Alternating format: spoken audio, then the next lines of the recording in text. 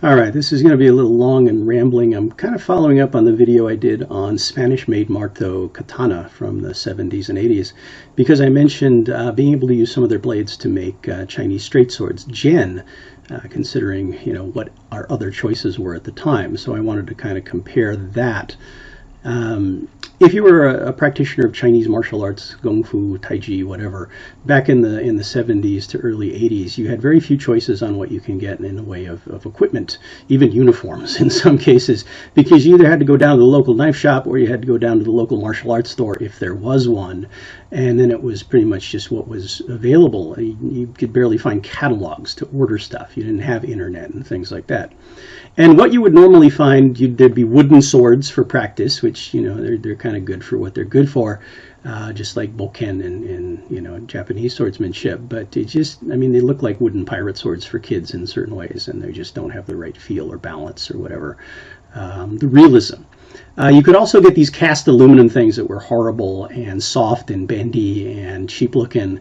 And we actually had a saber that was riveted on just right above the guard. And as somebody was using it to do they didn't even hit anything with it, just doing circular techniques, it snapped off.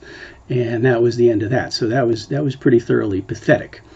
The next step up, if you could find it, would be, for a while there, they came out with these kind of stainless steel monstrosities. And I just happened to find one of the blades left in my junk pile. So you can see it has a rat tail tang that's just kind of screwed on. The original fixtures I'll show you a little bit later. They're just die cast, and then the handle was plastic with some string around it. But it's like the cheapest stainless steel ever. It does have kind of bevels. It's a very flat piece of metal though, and it's very soft. And yeah, it will actually stay bent if I bend it any further than this. It's not tempered. It's not hardened. It's just raw cheap stainless steel. But it was usable, kind of. It almost held something roughly resembling an edge. Up from that, there were some things that you could get from Longchuan, made in China, when they first started, renewing their sword production commercially and selling to martial arts practitioners. Most of what you would get was chrome-plated spring steel. And the fixtures were just very basic castings or stampings that you could see where it was just roughly welded together. And the blades, they had a bit of a taper to it, but they started out thin and ended thinner. And there were two grades of them. There was the wushu grade and the kung fu grade. The wushu grade I would never touch and never recommend anybody touch. If you've ever watched wushu weapons work, you've seen what a wushu blade is supposed to be. They lighten it to the point of almost dangerousness. You'll see them flopping around like they're made out of poster board or really, really thin sheet metal. And the point of that is to allow the practitioner to perform and move as quickly as possible. And some of them, they make lemonade out of those lemons by snapping the blade, and it almost cracks like a whip. And they say, oh, that's good chi, that's good jin. No, that's just a really crappy sword, because I've seen people use those things as they're doing maneuvers close to their body, and that side-to-side flex winds up swinging the blade into them unexpectedly. Now, they're not sharp, but it's a thin piece of metal moving really fast, so it will cut you, and that is really an insulting way to get cut with a sword, let me tell you that. Yeah. So I always told people to stay away from those unless they were specifically going into wushu competition. If you wanted to sort of perform with, at least go to the kung fu grade, which was still kind of floppy and flexy, and I don't have any examples left from that era because I've killed them all over time. But they did the job, but the balance was terrible, the feel was terrible, and they were not very well put together. As I mentioned in other videos, Longchuan has come a long way in the last several decades, so that's not reminiscent of or representative of what they can do now. So if you wanted a decent sword back then, I would recommend people go get a marto straight sword that they liked, a Spanish-made straight sword, because the steel was good. It was either stainless or it was high carbon. And I've got a couple of examples. One I showed you in the last video would be this actually came off a it was a Charles III sword or something, kind of a transitional rapier kind of a thing, a medium width blade. They had several of these that were either wide, medium, or really thin. This would be a medium size, and like I said, it had good etchings. It's actually a really good carbon steel. I put it through a lot of abuse, and in order to make it into a Jian, I took what was otherwise, more like a 38, 39-inch sword and turned it into a 28-inch blade by taking the ricasso, grinding it down. I put some wood scales over it. Some metal fixtures, and the reason why I picked a Tongjian, well, there's two reasons. One, it's just real easy for me to make these from scratch versus anything more elaborate. And I was a little bit inspired at the time when I put this last set of fixtures on by the Blade movie.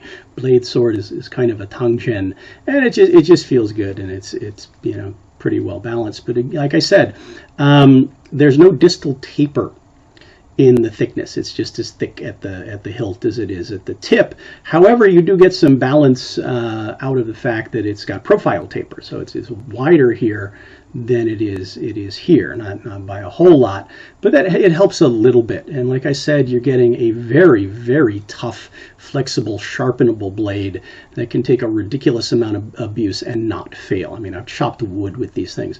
One of the other ones I had, I put through a ridiculous amount of abuse until it eventually looked like, if you've ever watched anybody forging a sword, watch Forged in Fire, when they pull that kind of raw bar stock out of the forge and start just hammering on it, and they have kind of a squishy, bendy.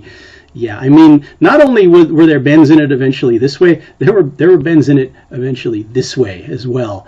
Yeah, that thing got so much abuse, but it never broke. It just got to the point where it was twisty and bendy enough that I couldn't put it back in the scabbard, and I finally had to say bye. But it never failed. It never failed. Even with the abuse this thing's taken, it's just got a couple of minor nicks on the edge, and that's it. So that's a good sign. Let me show you another one. That stainless steel nasty thing I showed you, this is an example of the fixtures that came on it. They're basically die-cast metal that's brass plated, and then there was, like I said, a plastic grip that was covered in string. The scabbard that came with the thing is this insult. That is plastic and vinyl. That's what that is. That is like a toy. Pretty from a distance, hanging on a wall, but yeah, otherwise not something I would be proud to show off. So I got rid of that stainless steel blade, and what I did was, again, I took a Morto rapier and sharpened it, and took some of that ricasso and made it into a full tang, put some wooden scales over it, wedged the original pieces on, left just enough of the screw in there to put the bolt on to hold the pommel tight, and there you go. And this sword is very light and wicked sharp, and again, a lot of that is the profile taper, because it's pretty narrow as it comes up. It started out narrow to begin with. There is no distal taper. There's a little bit of flex in this blade, but again, this blade can take some heavy impact and not show it, and this actually holds a really, really wicked edge. So nice practitioner sword, almost kind of dangerous in certain ways, but yeah, you could take a Marto blade and make something cool out of it. Your other choices as time passed, as I mentioned, Longchuan's quality changed in several stages over time. The next thing they put out, which I started seeing in usually about the 90s, where there were 3 grades of sword that they came out with, and those grades were the wushu, the taiji, and the kung fu, or war, military, battle-ready sword. And there were a bit of leaps there. The wushu, again, was this thin, floppy thing that was made out of unplated spring steel that was tempered, so it was actually better steel. But still, it was like a sword made of paper. It was something I would never recommend. On the other hand, their taiji grade was not terrible. Kind of looks like that stainless steel thing I showed you, but again, it's actually a spring steel. It does have some distal taper, even though it's a thin blade to begin with. So when you see it flex, you'll see, instead of like flex throughout the blade, you'll see more flex towards that tip where it's thinner. It can hold kind of an edge, but it gives you a very light, nimble sort of thing. Again, I salvaged the fixtures off one of those stainless steel old ones, just again because I like the way they feel, and I didn't feel like replacing them or building new ones. And I then put a new wooden grip on it, which I kind of carve little dragons into, just for a little bit of a touch there. Let's look at the scabbard for a second. What they tended to come in was a matching wood with these little stamped brass fixtures. Now, the reason why I replaced the guard and the pommel on the sword was because the guard and the pommel on the original sword were also a just thin sheet metal brass with this kind of these holes through it that were over wood. And you could see the obvious soldering points that kind of barely held it together. So they had sharp edges, they were poorly put together, they just looked like junk, so I discarded those pretty rapidly. Now, moving up to the military grade or kung fu grade, there was a huge leap. Scabbard looks pretty much the same, right? Okay, nothing different there. However, the rest of it. These fixtures look like the same casting of those cheap ones that I showed you on the other two swords, but these are solid brass, and they are quite hefty, which goes with the rest of the sword. Now, I did replace the handle with a nicer hardwood that you can't really see it with the wrapping over it, but yes, there are dragons on that too. Put the leather on it for a better grip. But the blade is this massive Conan-looking thing. Yes, it has distal taper. Yes, it has profile taper. It is solid spring steel, but this thing weighs about 4 pounds, like nearly twice as much as other swords, and probably 3 times as much as that Taiji grade blade. This is a workout to try to move. You can chop trees down with this thing. So, yeah, my poor busted wrist is not quite up to this yet. Maybe one day. Lucky I can pick this thing up at this point. So that's an example of that. I got another one of the same thing. Do a quick swap. And what I did with that one, I mentioned my Highlander katana from Marto, right? That wound up meeting a sad fate, but I still have parts of it. There's the handle with that, it's a casting, it's resin, basically plastic. But, and I cleaned up the carving a little bit to make it look like it's actually carved versus just cast plastic. The other thing about this particular piece of plastic, though, is it has a steel core.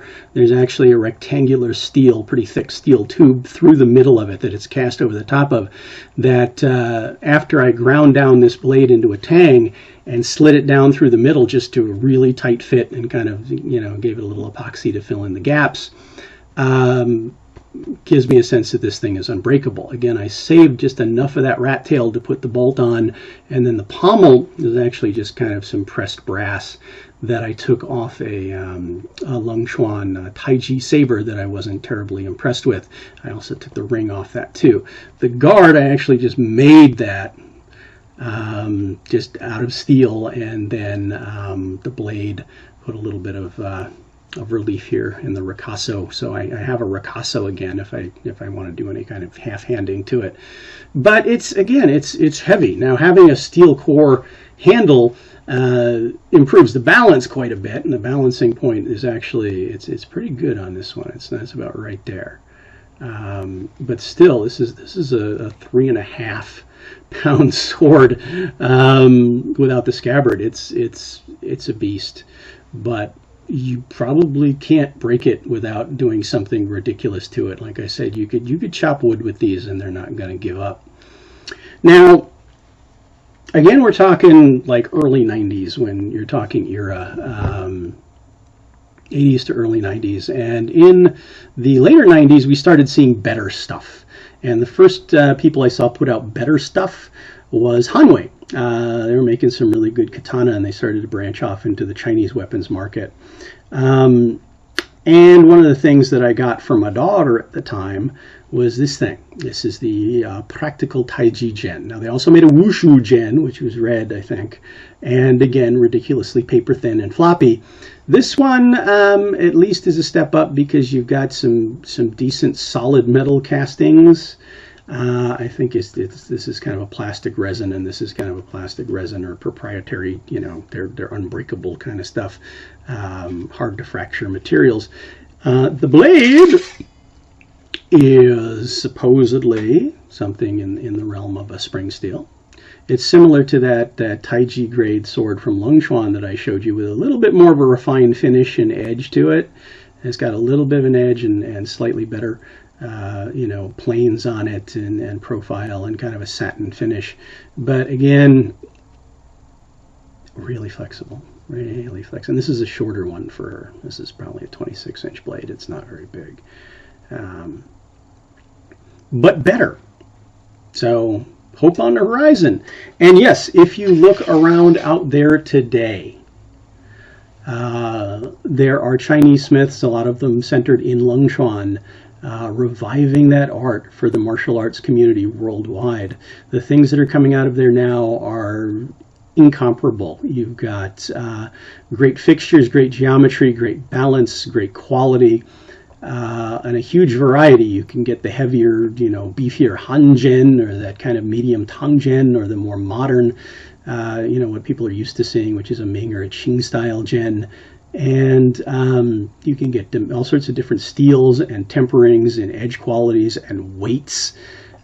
Just a phenomenal selection of styles and materials for about what I paid for some of this junk. I mean, some of those Marteau swords that I was showing you, we were paying in 1970s money between 125 and 200 bucks just for something we were basically going to break the handle off and turn into something else. A lot of these other blades, the cheap casting kind of things, were running, close to $100 in those days. For similar amounts of money today, you can get something so much better. And once my rehab gets to the point where I can wield a Chinese sword properly again, I'm probably going to go shopping, and then I'll show you what I get. And I'm probably going to be, chatting with my friend Ron over at Louis Sword for that particular purchase. So he should expect me to be in contact. But otherwise, that's a glimpse into the past. What we had to work with compared to what we have to work with now. Well, I don't have anything to show you from today that way, but I maybe will in the future. So I hope you enjoyed this and found it interesting, and I'll see you again.